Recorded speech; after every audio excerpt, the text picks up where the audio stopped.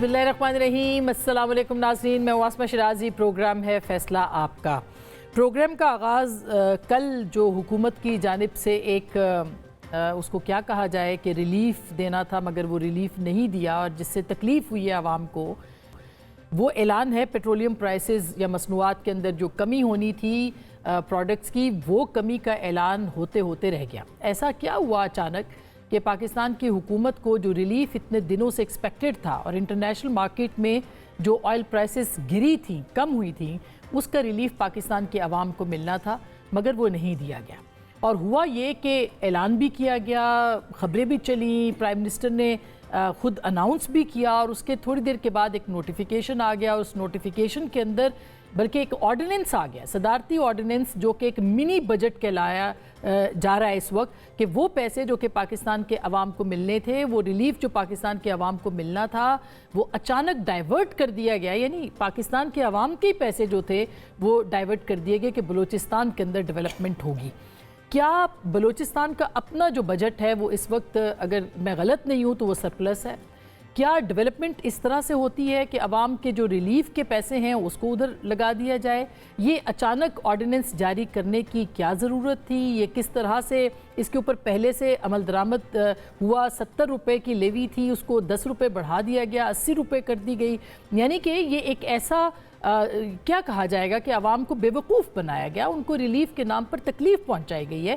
इसके ऊपर बात करेंगे कि इसकी ज़रूरत क्यों पेश आई है आज के इस प्रोग्राम में, और इसके साथ साथ ये भी सवाल हम करेंगे कि क्या ये एक मिनी बजट था और मिनी बजट और कैसा होता है। साथ ही आज आर्मी चीफ का खिताब नशर हुआ ये कल था, ओवरसीज़ से जो खिताब था, लेकिन आज उसके जो मंदरजात थे वो सामने आए, उनकी तकरीर भी आज सुनाई गई। उसमें बलूचिस्तान के इशू पे भी उन्होंने बात की है, उसमें जो दीगर मामलात हैं, दहशतगर्दी पे भी बात की है, उन्होंने सोशल मीडिया के ऊपर भी बात की है, फेक न्यूज़ पे भी बात की है, और साथ में ये भी कहा है कि जो सिक्योरिटी इदारों के बीच में पैदा करने की कोशिश करेगा, बगावत करने की कोशिश करेगा, वो भी मुल्क दुश्मन है। ये बहुत सी अहम बातें आर्मी चीफ के इस खिताब में थी। यूँ समझिए कि बहुत सारे पैगामात थे जो कि, और ऐलानात थे जो कि उनकी तकरीर में थे। उन्होंने क्या कहा है वो ज़रा सुनिएगा, फिर इस पर बात करते हैं। सोशल मीडिया का मैं कह रहा था कि ऐ ईमान वालों, जब तुम्हारे पास कोई फासिक स्टोरी लेकर आता है तो तहकीक करो। ये ना हो कि तुम अपनी जहालत में किसी का नुकसान कर दो और तुम्हें उसके ऊपर नदामत उठानी पड़े। This is your Quran. और आपका सोशल मीडिया क्या कहता है? Forwarded as received. तहकीक करने की जरूरत नहीं है, बस इसको आगे चलाओ। सिक्योरिटी के इदारों को, those that who are sacrificing their lives on daily basis for your safety and security and for the well-being and defense of the country, जो उनको belittle करता है, he is actually friend of enemy and he is enemy of Pakistan. We will beat the hell of these terrorists very soon.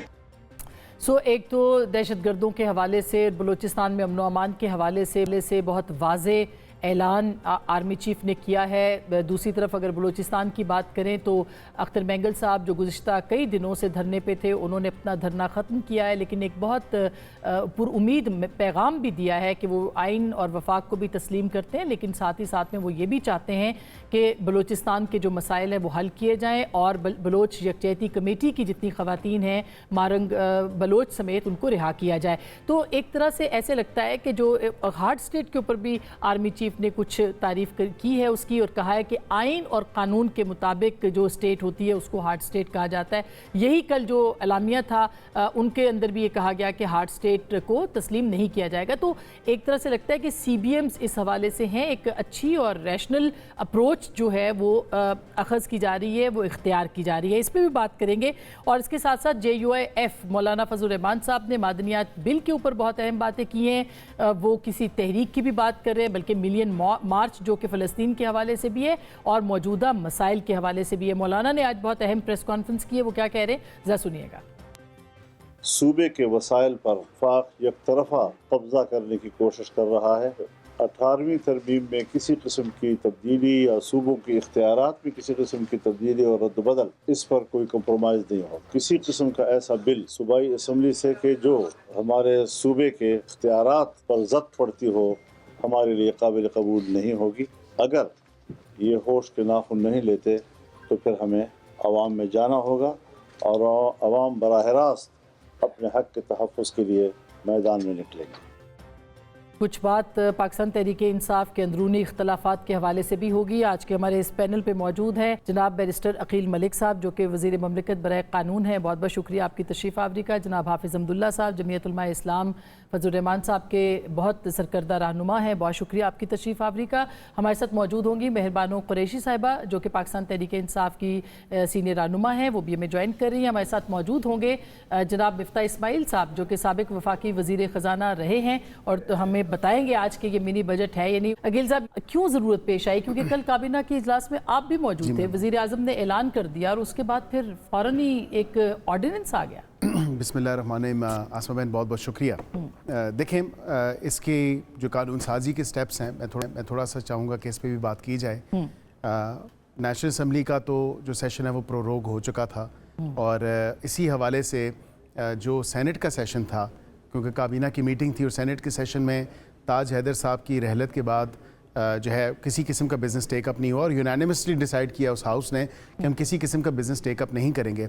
उसी दिन ही जो petrol की कीमतें गिरी और उससे एक दिन पहले जो वर्किंग मिनिस्ट्री ऑफ पेट्रोलियम ने की उस पर ये तमाम तर एजेंडा जो है उसका हिस्सा था, एजेंडे का हिस्सा था और ये पेश हुआ वहाँ पे फिर यूनानिमसली तमाम तर काबीना ने डिसाइड किया कि ये इसका बेनिफिट जो है वो बलूचिस्तान को जाना चाहिए।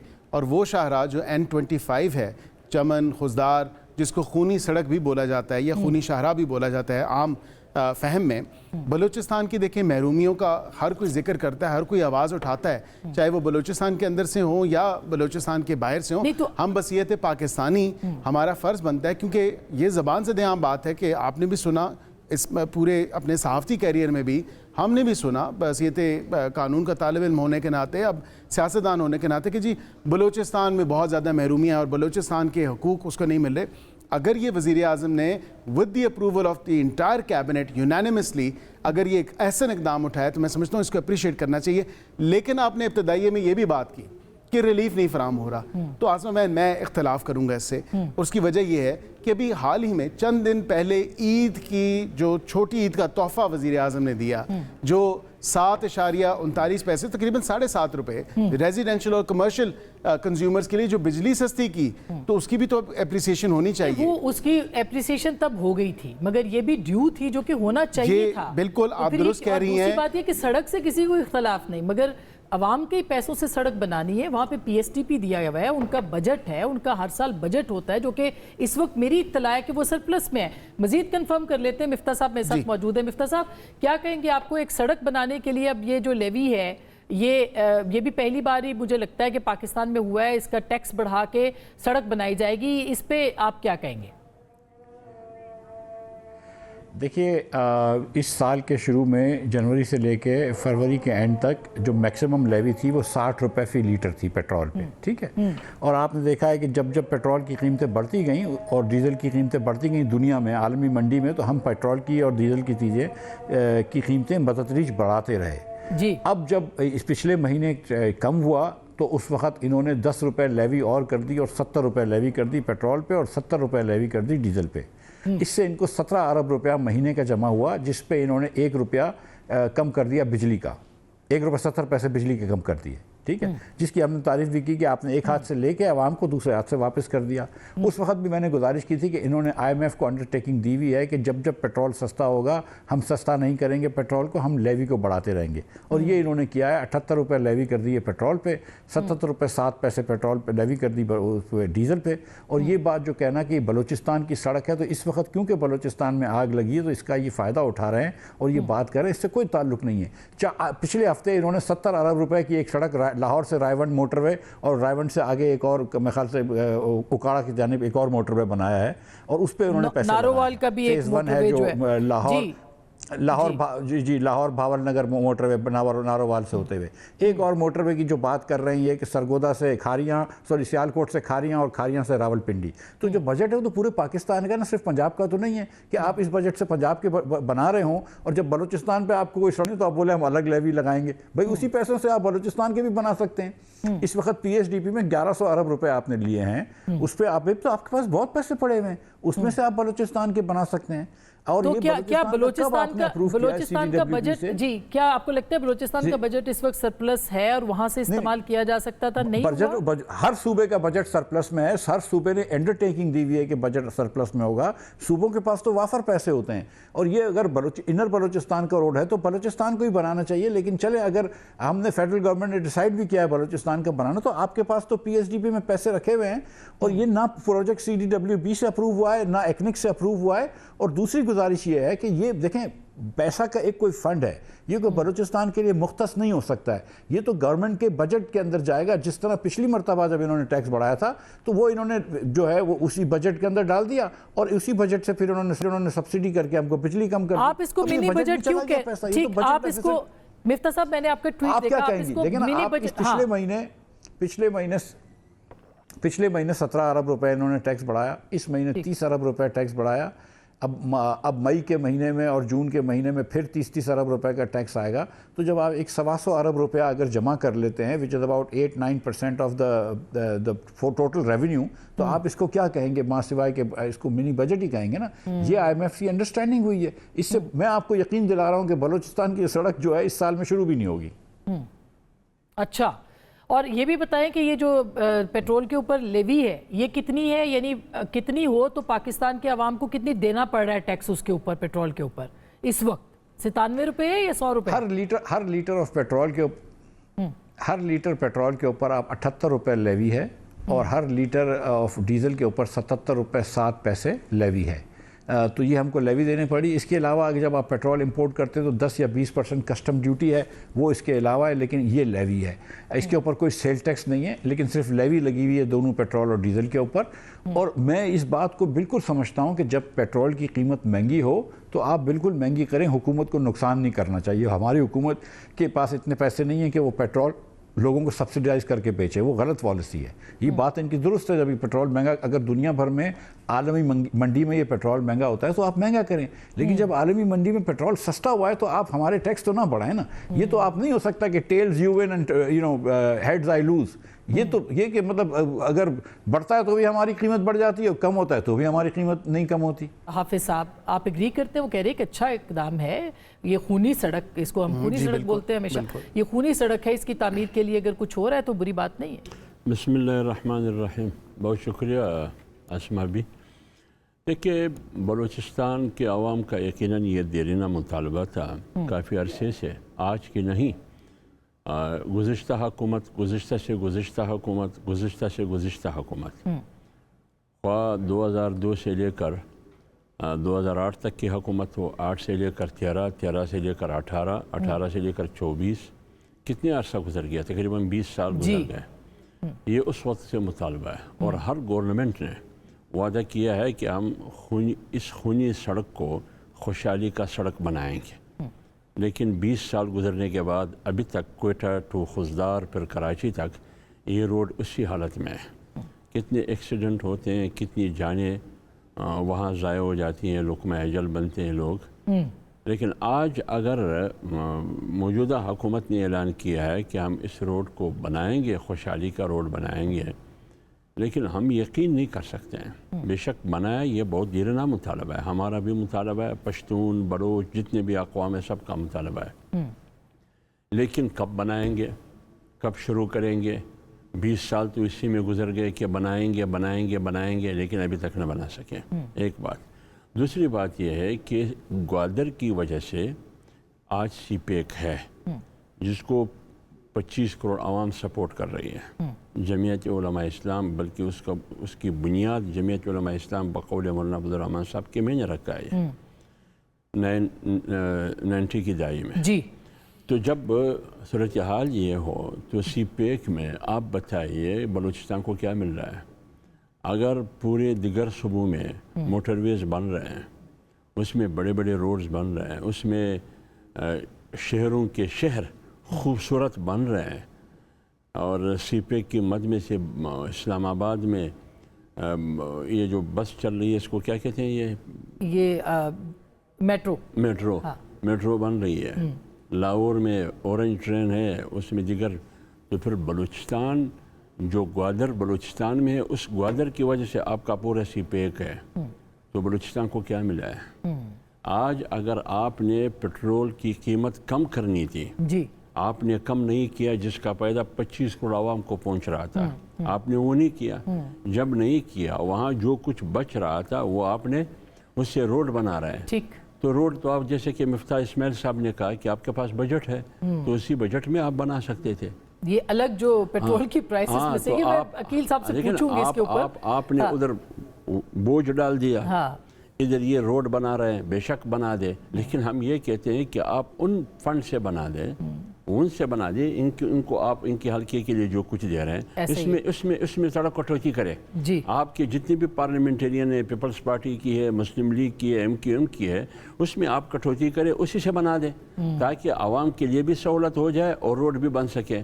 اور جو وہاں کا فنڈ ہے اس کو بھی استعمال کیا جا سکتا ہے۔ ہم انصاف کی پر بات کرتے ہیں، بے شک بلوچستان کا یہ جو خونی روڈ ہے یہ خوشحالی کا روڈ بن جائے، لیکن اس کا مطلب یہ نہیں ہے کہ پوری 25 کروڑ عوام کی خون آپ چوس لیں۔ جو تھوڑا بہت ریلیف مل سکتا تھا، لیکن سڑک بنانا بھی بہت ضروری ہے۔ مگر مفتاح صاحب، یہ جو فچ کی نے ریٹنگ بہتر کی ہے، یا جو پچھلے دنوں اقدامات ہوئے ہیں، ریمیٹنسز آئے ہیں، مالیاتی خسارہ جو ہے وہ اس کے اوپر بھی کیا اچھی خبریں سننے کو مل رہی ہیں، آپ اوورآل کیسے بتائیں گے کہ کیا پاکستان کی معیشت واقعی اس وقت بہتر طرف جا رہی ہے؟ بالکل، اس میں کوئی ڈاؤٹ نہیں ہے کہ جب سے بین الاقوامی منڈی میں تیل کی قیمت کم ہوئی ہے، گندم کی، کپاس کی، چاول، دیگر جو چیزیں ہم امپورٹ کرتے ہیں ان کی چیزیں کم ہوئی ہیں، جب سے ہماری جو فورن ایکسچینج کی ریکوائرمنٹ ہے، جو ہمارا اس کے اندر کمی آئی ہے، اور اس کی وجہ سے ہماری ایک معیشت جو ہے وہ اسٹیبل ہوئی ہے۔ تو اس کی جس ریفلیکشن جو ہے وہ الحمدللہ آج فچ میں بھی آپ نے دیکھ لی کہ B- کر دیا ہے۔ ابھی بھی ہم انویسٹمنٹ گریڈ نہیں ہیں، لیکن کم از کم بہتری آئی ہے اور اسٹیبل آؤٹ لک ہے۔ لیکن اس میں اور یہ دوسری بات یہ بھی بڑی اچھی ہے کہ 4.1 ارب ڈالر جو ہے وہ ہمیں مارچ کے مہینے میں ملا۔ وہ بڑی اچھی بات تھی کہ پورے کا پورا مہینہ جو تھا وہ رمضان سے 100% کوئنسائڈ ہوا، ورنہ عموماً رمضان 2 مہینوں میں ٹوٹ کے آتا ہے، تو اس کا بھی افیکٹ آیا، لیکن میرے خیال سے کافی پیسے آئے ہیں۔ اس مہینے سے 3 بلین تک واپس آ جائیں گے، 3.3 بلین تک، لیکن یہ اچھی بڑی خوشائن باتیں ہیں پاکستان کے لیے، اس میں کوئی ڈاؤٹ نہیں ہے، لیکن اس میں حکومت کا کوئی کردار نہیں ہے۔ اور میں اتنی بات ضرور بتا دوں کہ انہوں نے مجھے کوئی حکومت کے لوگ بتا دیں کہ کیا قدم اٹھائیں شہباز شریف نے معیشت کو بہتر کرنے کے لیے، کیا انہوں نے کوئی NFC ایوارڈ میں چینجز کی ہیں، کوئی ٹیکس ریٹس میں کمی لے کر آئے ہیں، کوئی کلیکشنز بہتر کی ہیں، کیا کوئی دکانداروں کے اوپر ٹیکس لگایا، کیا فارمرز کے اوپر ٹیکس لگایا۔ آج جو فارمر رول رہا ہے ویٹ کے اندر، کہ ویٹ کے اندر کون سا فارمر ہے پاکستان میں، سندھ میں یا پنجاب میں، جو اپنی کاسٹ ریکور کر سکتا ہے جب ویٹ بیچتا ہے؟ اس حکومت کی وجہ کی پالیسیوں کی وجہ سے ہے نا۔ پھر آپ تو میں گزارش یہ کر رہا ہوں، اتنی سی بات میں کر دوں جو سینیٹر صاحب نے کہی، کہ میں آپ کو بتا رہا ہوں کہ یہ نہ صرف اس فسکل ایئر میں نہیں بنے گا، اس پورے کیلنڈر ایئر کے اندر بھی بلوچستان کا روڈ نہیں بنے گا۔ یہ صرف جو ہے یہ حکومت ایک آپ کو خواب دکھا رہی ہے ٹیکس جسٹیفائی کرنے کے لیے، پیسے جو ہے وہ جنرل گورنمنٹ میں جائیں گے۔ یہ میں آپ کو لکھ کے دے رہا ہوں۔ عقیل، جواب دیجیے گا، آپ مفتاح سے بات کی اور آپ کا حق ہے کہ آپ اس پہ جواب دیں۔ مجموعی طور پہ مفتاح صاحب کی بھی اور حافظ حمداللہ صاحب کی بات کا بھی جواب دوں گا۔ سب سے پہلے تو یہ اس تاثر کو زائل ہونا چاہیے، اور یہ بڑا غلط تاثر دیا جا رہا ہے، شاید عوام پہ ہم نے اضافی بوجھ ڈالا ہے۔ پیٹرول کی قیمت وہی ہے، ہم نے بالکل کوئی اضافی بوجھ نہیں ڈالا، پیٹرول اسی قیمت پہ دستیاب ہے ان قیمتوں کو کم ہونے سے پہلے تک۔ جہاں تک یہ بات کی تو اب وقت آ گیا ہے کہ بلوچستان کے زخموں پہ مرہم رکھا جائے، نہ کہ اس صوبے کے حوالے سے جس کی اتنی پوٹینشل ہے، معدنیات کے حوالے سے اینڈ ایون ادروائز، جو کہ پاکستان کو، اور گوادر پورٹ کی آپ نے کہا کیا بن گیا وہاں پہ، سی پیک کی شاہ رگ اگر کہا جائے تو وہ گوادر اور صوبہ بلوچستان ہے، وہیں سے وہ گزر کے آئے گا اور وہیں سے تمام تر چیز جو ہے وہ سٹارٹ ہوگی۔ اب یہاں پہ آسمہ بہن میں یہ ضرور کہوں کہ یہاں پہ پیٹرول کی قیمتوں کی اگر بات کی جائے، پچھلے پورے 1 سال کا سٹیٹسٹکس کے ساتھ، فیکٹس اینڈ فگرز کے ساتھ آپ اٹھا کے دیکھیں تو مجموعی طور پہ 40 روپے ہم نے کم کیا ہے پیٹرول۔ جیسے جیسے عالمی منڈیوں میں قیمت کم ہوتی گئی، ہم عوام کو فائدہ پہنچاتے رہے، اور تقریباً 40 روپے اپروکسیمیٹلی پچھلے پورے 1 سال میں پیٹرول کی قیمت کم پر لیٹر ہوئی ہے۔ لیکن ابھی زیادہ ہو سکتی تھی، نہیں 7 روپے۔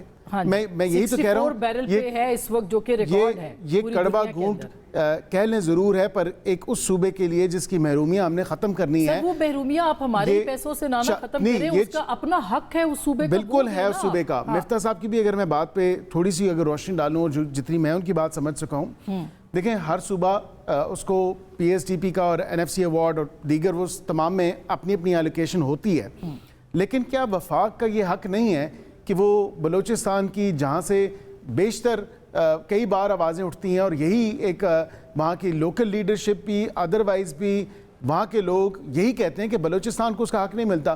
پورے پاکستان میں آپ دیکھیں تو پنجاب میں دیکھیں سڑکوں کا جال بچھا ہوا ہے, موٹر ویز کا جال بچھا ہوا ہے, سندھ میں بھی موٹر ویز شروع ہیں. یہاں پہ یہ N25 کہنے کے تو ایک ایکسپریس وے ہے.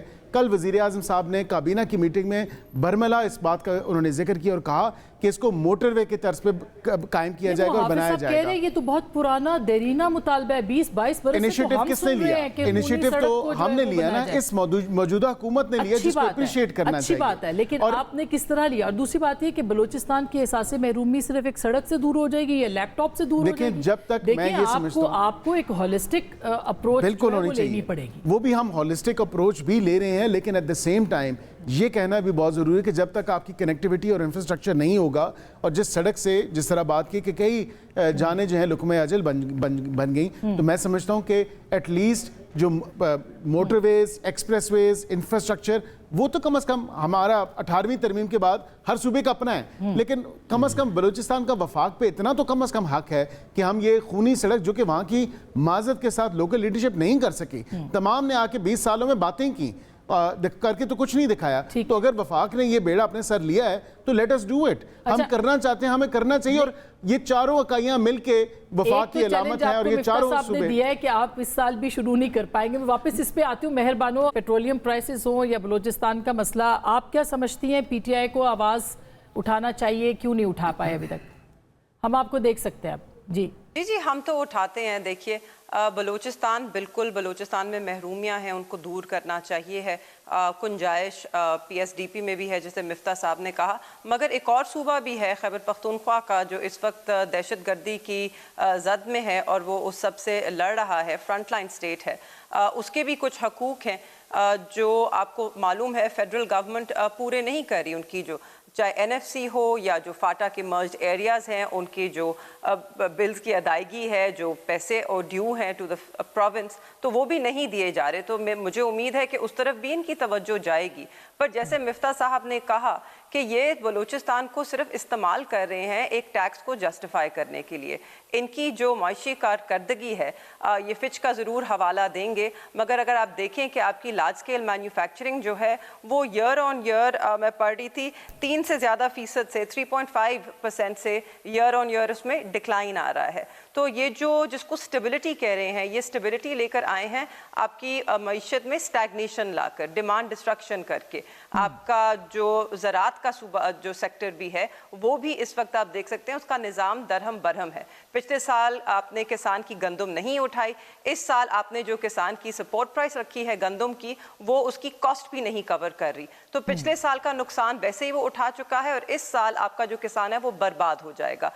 پچھلے سال آپ کی جو کاٹن سوئنگ تھی اس میں 30% کمی تھی, آپ کا جو گندم تھا اس میں 25% کمی تھی, آپ کا جو گنا ہے اس میں 20% کمی تھی. اور آنے والے سال میں ہم دیکھ رہے ہیں, خدشہ یہی ہے اور لگ یہی رہا ہے کہ اس میں مزید کمی آئے گی, کیونکہ حکومت کی ناقص پالیسیز اور ان کی کم سمجھ کی وجہ سے آپ زراعت جو ایک آپ کا سیکٹر تھا جس کی وجہ سے 60% آپ کی جو آبادی ہے وہ زراعت پہ ہی زندہ ہے, تو اس کی وجہ سے معیشت میں تھوڑا پیسہ آتا تھا. جب کسان کے پاس پیسہ آتا ہے, خاص طور پہ اس کی گندم کی کٹائی کے بعد, تو وہ پیسہ آپ کی معیشت میں آتا ہے. وہ بیٹی کا جہیز بناتا ہے, گھر ٹھیک کرتا ہے, گھر بناتا ہے, نئی گاڑی لیتا ہے, اپنا ٹریکٹر لیتا ہے, یا اس طرح کے اخراجات کرتا ہے جو اس سال وہ نہیں کر پائے گا.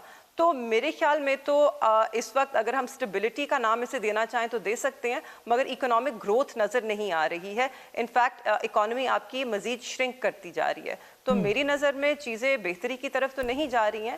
ہاں ایک نمبرز کا ہیر پھیر ہے اور الفاظ کا ہیر پھیر. اچھا, اب یہی پہ بالکل اس کے لیے ان کو مبارکباد ہو. Very well said. بہت ساری چیزیں بہت اہم آپ نے نوٹ کر لی ہوں گی, میں جواب ضرور آپ سے لوں گی, لیکن مہر نے بہت اہم پوائنٹ آؤٹ کی ہیں چیزیں.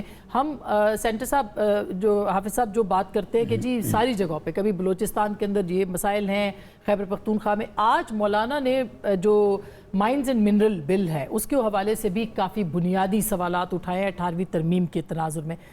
اس کے حوالے سے پی ٹی آئی نے بھی اپنی ایک بات کی ہے, وہ اس کو جوڑے خان صاحب کی رہائی کے ساتھ. ANP اور JUIF बोल रही है कि नहीं, इसको 18वीं तरमीम के तनाजुर में देखा जाए। आप इस बारे में क्या समझते हैं? जो आज मौलाना और जो आगे आप तहरीक चलाने जा रहे हैं उसका ये हिस्सा बन सकता है? देखिए, अगर आप इसको देखिए, मैं इसको रोड से भी मिलाता हूँ। ग्वादर ठीक है, CPEC अगर है तो ग्वादर की वजह से है, लेकिन बलूचिस्तान में CPEC की मद में जितना भी आपको मिल रहा है, 60-70 अरब डॉलर आपको मिल रहा है, मुझे बताइए बलूचिस्तान में ग्वादर के अलावा आपने किया क्या है? एक बात। दूसरी बात यह है, ग्वादर में आपने किया क्या है? आम आदमी के लिए पीने का पानी नहीं है, यानी ग्वादर में रहने वालों के लिए साफ पीने का पानी नहीं है, बिजली नहीं है, स्कूल फैसिलिटीज़ नहीं है, हेल्थ फैसिलिटीज़ नहीं है। फिर क्या दिया है आपने ग्वादर को? ठीक है ना? ये एहसान आप हम पर मत डालें, हम आप पर एहसान डालेंगे कि ग्वादर की वजह से आप कहाँ कहाँ मोटरवे बना रहे हैं, कहाँ कहाँ आप सहूलतें ले रहे हैं, कहाँ कहाँ आप हज़ारों लोग चाइना भेज रहे हैं तालीम के लिए। ये हम पर मत डालें। जहाँ तक रोड है, ये मेरा हक है, आपने देना है। अगर आप पैसों की बात करते हैं तो सिर्फ गैस रॉयल्टी की मद में विफाक मेरा कितना मकरूज़ है, करबों रुपए आप मकरूज़ है, तो वो क्यों नहीं देते हैं आप खैबर पख्तूनख्वा के बिजली की मद में कितने मकरूज़ है रॉयल्टी में, आप वो दे रहे हैं।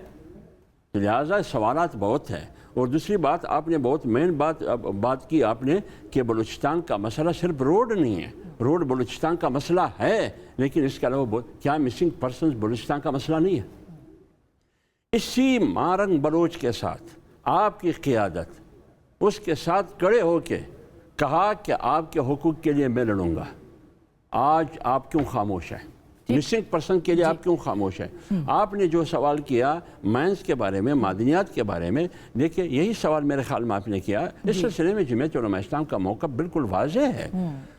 18वीं तरमीम में नीम सही आपने सूबों को खुद मुख्तारी दी जी, वसाइल पर फैसला करना ये सूबों की जिम्मेदारी है। बेशक वफाक भी उसमें शामिल होगा मुशावरत में, लेकिन असल अथॉरिटी फैसले का तो सूबा है, सूबाई हुकूमत है। आज आपने कानून साजी के जरिए वो मादनियात सारे हड़प करके ले गए। क्या ये भी तो हुकूमत सूबाई हुकूमत है, वोटों से लेके मैं तो यही कह रहा हूँ, मैं तो यही कह रहा हूँ, लेकिन मैं कह रहा हूँ कि सूबाई हुकूमत और सूबाई असम्बली किसकी बनी हुई है?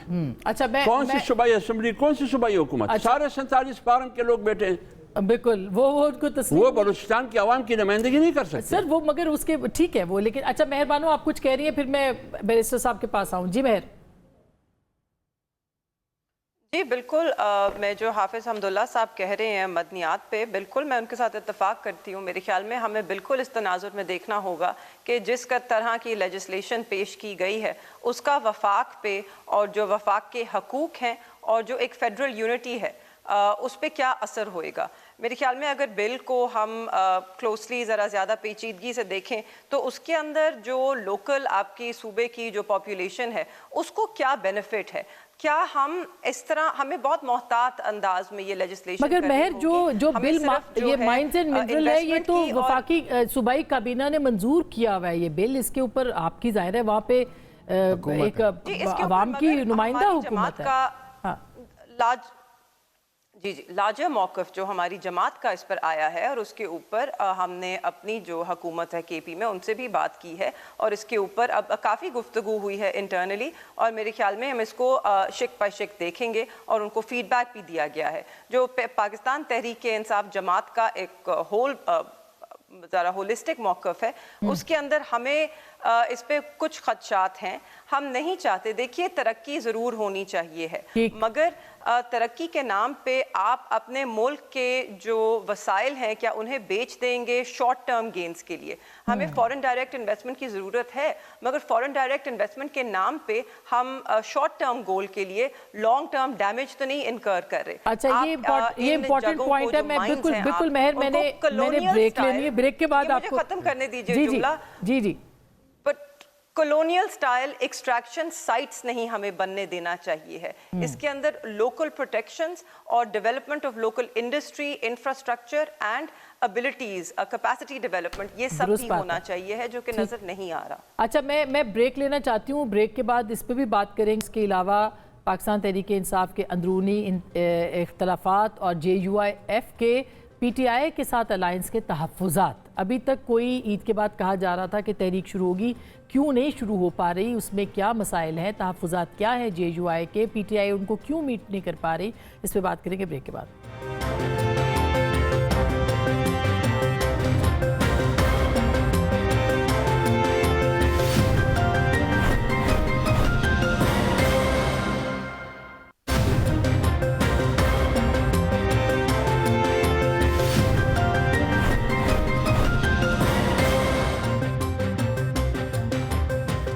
Welcome back. एक दफ़ा फिर आपको खुश आमदीद कहते हैं। बैरिस्टर साहब, अब ज़रा बताइएगा, एक तो महर ने जो बातें की हैं, मौलाना ने जो बातें की हैं, हाफिज़ साहब ने जो बातें की हैं, ये क्या आपको लगता है कि एक ऐसी चीज़ है जिस पे हुकूमत को लगता है कि कोई अपोजिशन उनके सामने नहीं, लिहाजा जो मन में आता है वो करें, रातों रात ऑर्डिनेंस ले आएँ, ऐलानात कर दें, जो मर्जी कर दें, कोई पूछने वाला नहीं है? नहीं, देखिए, एक तो आसमा मैन जो माइंस एंड मिनरल्स की बात की गई, अब आपके सामने है, इन्हीं की पार्टी के वो चीफ मिनिस्टर हैं, इन्हीं की पार्टी की हुकूमत है।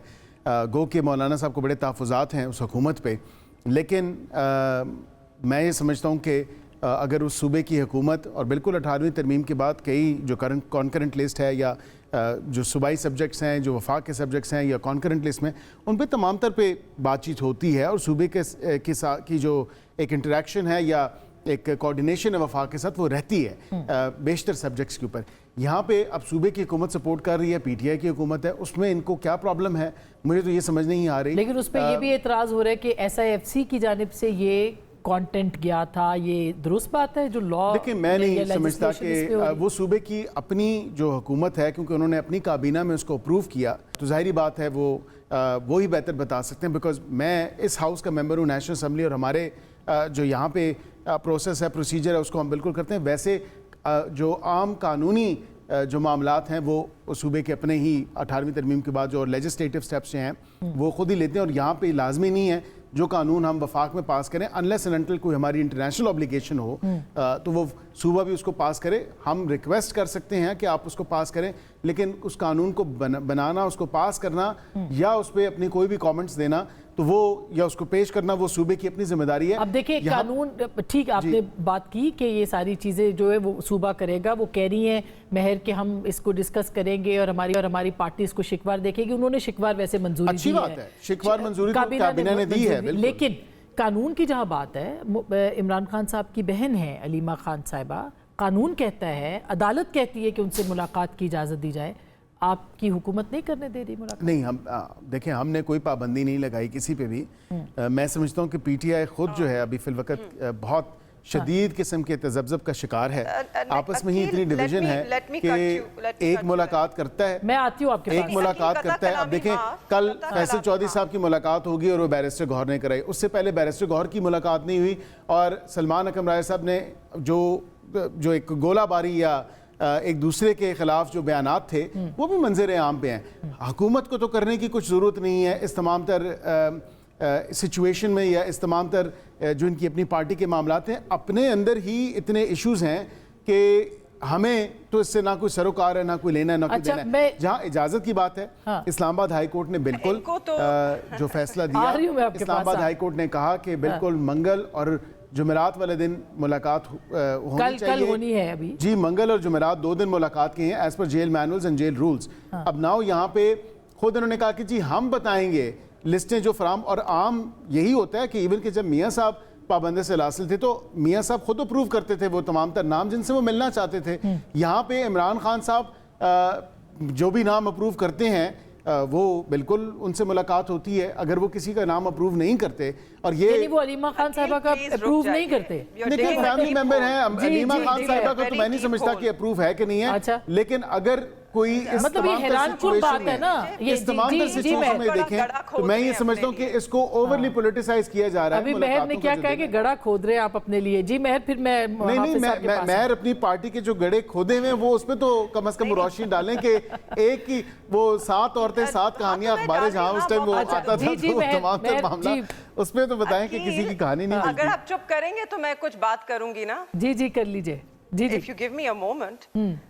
جی جی یہ جیسے عقیل کہہ رہے تھے ان کا ان چیزوں سے سروکار نہیں، ان کا تو اس وقت نہ قانون سازی سے ہے نہ حکمرانی سے سروکار ہے، وہ بھی ان کو ڈکٹیشن پہ دی جاتی ہے اور یہ کرتے ہیں۔ یہ اتنے با اختیار حکومت ہم نے نہیں دیکھی آج تک۔ مجھے یہ بتا دیجئے، اگر یہ کہتے ہیں کہ اڈیالہ میں یہ کوئی روک جھوک نہیں کر رہے تو اڈیالہ جیل کس کے ماتحت ہے پھر؟ اگر وہ پنجاب حکومت کے ماتحت نہیں ہے اور اس کے نیچے نہیں آتا تو اڈیالہ کے جو سپرنٹینڈنٹ ہے کیا وہ اپنے ہی مرضی سے لوگوں کو روک رہے ہیں؟ اور جہاں تک علیمہ بی بی یا ان کی بہنوں کی ملاقات کی بات آتی ہے وہ کسی لسٹ کے تحت نہیں ہوتی، تو اس لیے میں عقیل سے کہہ رہی تھی کہ رک جائیں، اپنے لیے گڑا مت کھو دیں۔ ان کی جو ملاقات ہے وہ فیملی کی ملاقات ایک تو مینڈیٹڈ بائی کورٹ ہے، اور دوسرا یہ جو تھوڑے بہت بھی اپنے ٹرائل کے تقاضے اور فیئر ٹرائل کے تقاضے پورے کرنے کی کوشش کر رہے ہیں، اس کے اندر ہی یہ آرڈر ہے۔ مگر مہر یہ مسئلہ تو ہے نا، بالکل آپ کی بات صحیح ہے، مگر ایک مسئلہ پی ٹی آئی کے اندر بھی تو ہے نا۔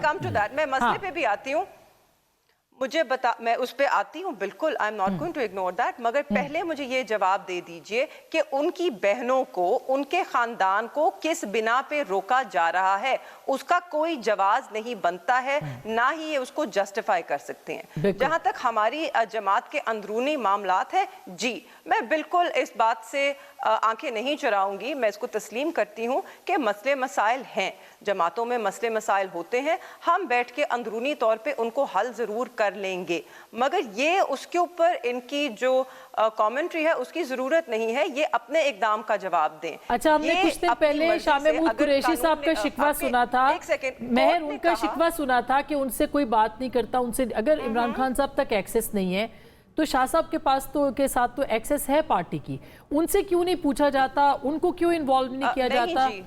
ہاں،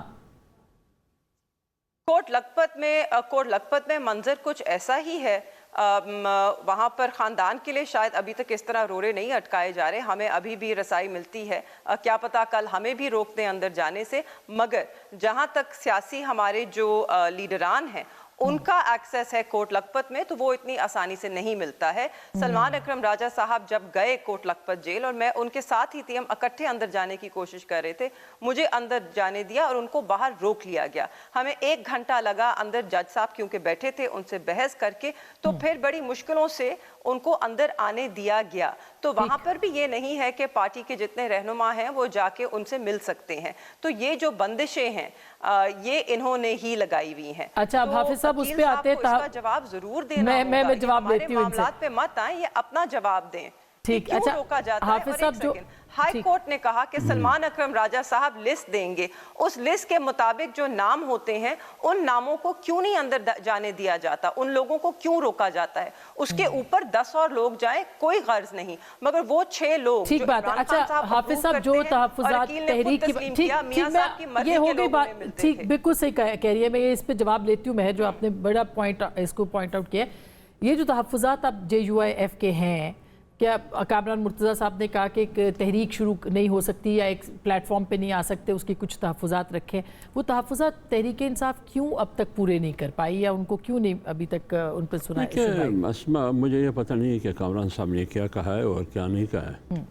جہاں تک پارٹی کی بات ہے نا، پارٹی نے جو کچھ تحفظات کا اظہار کیا ہے اور PTI کی جو لیڈرشپ ہے اس کے ساتھ بار بار بیٹھکیں ہوئی، مجالس ہوئے، اور عمران خان صاحب کی پیغامات مولانا صاحب کے پاس آئے، تو ہم نے بالکل کھلے دل سے ان کے پیغام کو سنا بھی اور قبول بھی کیا ہے۔ لیکن ماضی میں بہت کافی اور بڑی تلخی تھی PTI اور JUI میں، اور ایک عدم اعتماد کا ایک منظر تھا، لہذا اعتماد کو مضبوط کرنے کے لیے یا اعتماد کو بحال کرنے کے لیے کچھ تحفظات تھے جو ہم نے حوالے کیے ہیں PTI کی۔ کیا یہ بات درست ہے کہ اسٹیبلشمنٹ سے رابطوں کے اوپر JUIF کو؟ میں اسی پر میں آ رہا ہوں جی، تو یہ ہم نے دیے، لیکن ابھی تک PTI کی طرف سے 2 بار دیے، PTI کی طرف سے اس کا ابھی تک جواب نہیں ملا ہے،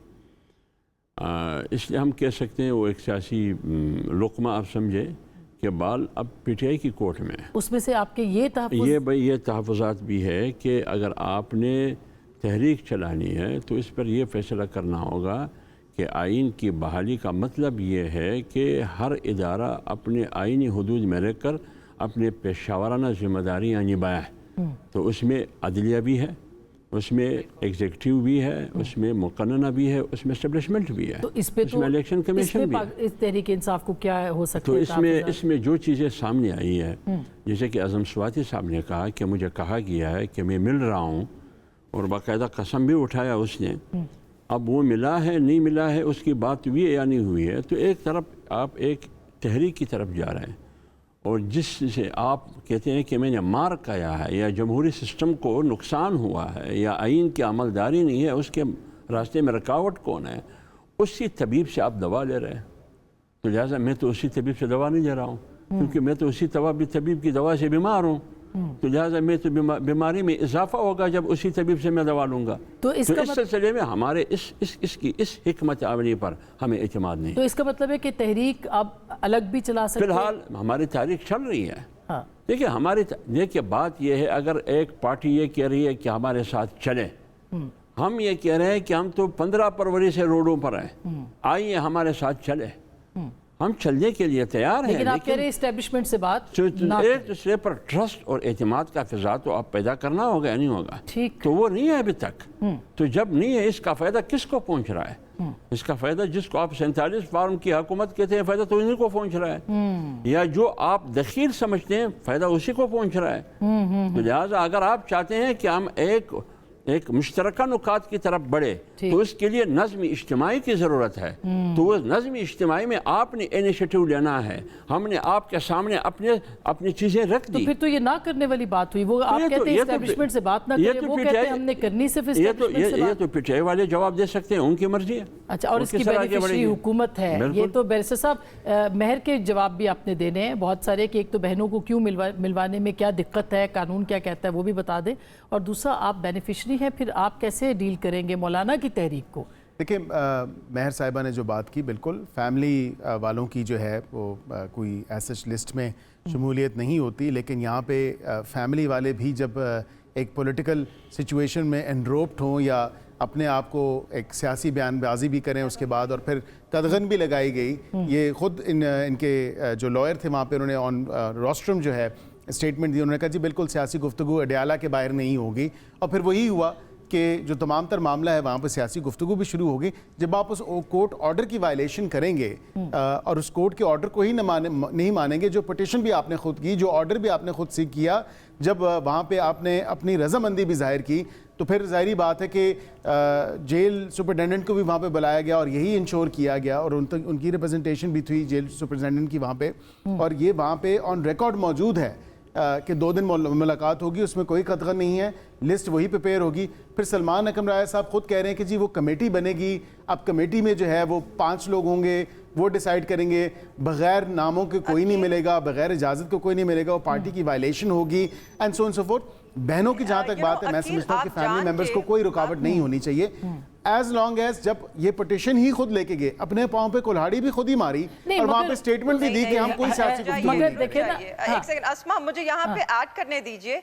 1 महीने से बहनों की मुलाकात नहीं हुई, ये ऑर्डर तो उसके बाद का आया है, तो इसको किस किस्म का मंतक बना रहे हैं उनकी मुलाकातें रोकने में? नहीं मुलाकातें हुई हैं, बीच में रीमा साहबा की मुलाकात हुई है, और ये तकरीबन रमजान के दरमियान मेरे ख्याल से रमजान में गालिबन ये ऑर्डर का था। उन्होंने 20 मार्च से उनकी मुलाकात नहीं हुई है। 20 मार्च से उनकी मुलाकात अपने भाई से नहीं हुई, 20 मार्च से 30 हुई है। इसको आप किसी तरह भी जस्टिफाई नहीं कर सकते। दूसरी बात, आप जो बात कर रहे हैं कि अगर कोर्ट ऑर्डर्स की नफी, आप किस मुंह से बात कर रहे हैं? आपकी हुकूमत ने आज तक कौन से ऑर्डर को माना है कोर्ट के? आपको जितने कोर्ट ऑर्डर्स हैं वो सारी रद्दी की टोकरी में चले जाते हैं, चाहे वो सुप्रीम कोर्ट का ऑर्डर हो रिजर्व सीट, लास्ट कमेंट जो मौलाना साहब की और पीटीआई की तहरीक है, देखें वो तो किसी खाते चलती नजर नहीं आती मुझे, और उसकी वजह इनके वैलिड तहफ़्फ़ुज़ात हैं, वैलिड कंसर्न्स हैं, क्योंकि ये एक तरफ तो मौलाना साहब से और ग्रैंड अपोजिशन अलायंस की बातें करते हैं और उनके साथ जो गुफ्तगू करना चाहते हैं जिस मामले पे, फिर दूसरी तरफ कहते हैं हमने मुलाकात और बात और जो भी मामलात हैं वो एस्टैब्लिशमेंट से करने हैं। तो ये दोहरी पॉलिसी या दोहरा म्यार तो नहीं चल सकता। आखिरी कमेंट करते हैं, क्या स्पीकर के खिलाफ अदम एतमाद की तहरीक आ सकती है, और अगर आ सकती है तो उन्होंने ये क्यों कहा कि पीटीआई टूट जाएगी अगर ऐसा हुआ तो? देखें, स्पीकर के खिलाफ अगर लेके आते हैं, और मैं समझता हूँ स्पीकर साहब इंतहा के बैलेंस्ड स्पीकर हैं, जो पीटीआई कैसे टूटेगी अगर आ गया तो? देखें स्पीकर की सपोर्ट में वो ख़ुद भी सामने आएंगे, जो हम 12 दफ़ा कह चुके ये फॉरवर्ड ब्लॉक आएगा और वाक़तन फॉरवर्ड ब्लॉक बनने में कोई देर नहीं है। ये मैं आपको कह रहा हूँ कि जो अभी के हालात हैं पीटीआई के, ये आप देखिएगा, क्योंकि मैंने तो ईद की बन चुका है फॉरवर्ड ब्लॉक क्या? इससे ज़्यादा मैं इस पर कोई कमेंट नहीं करूंगा, लेकिन मैं ये ज़रूर कहूँगा ईद से पहले मैंने कह दिया था कि ईद के बाद फॉरवर्ड ब्लॉक बनेगा और आप देखेंगे जो चीदा नाम है वो सामने आ जाएंगे। बहुत शुक्रिया, थैंक यू सो मच। कुछ हो रहा है, लेकिन जो कुछ हो रहा है उसमें एक बात बहुत इंपॉर्टेंट है जो कि सारी सियासी जमातों को समझनी है कि अवाम कहाँ है, अवाम के लिए कौन बात करेगा। गुफ्तगू आपने सुनी, फैसला आपका।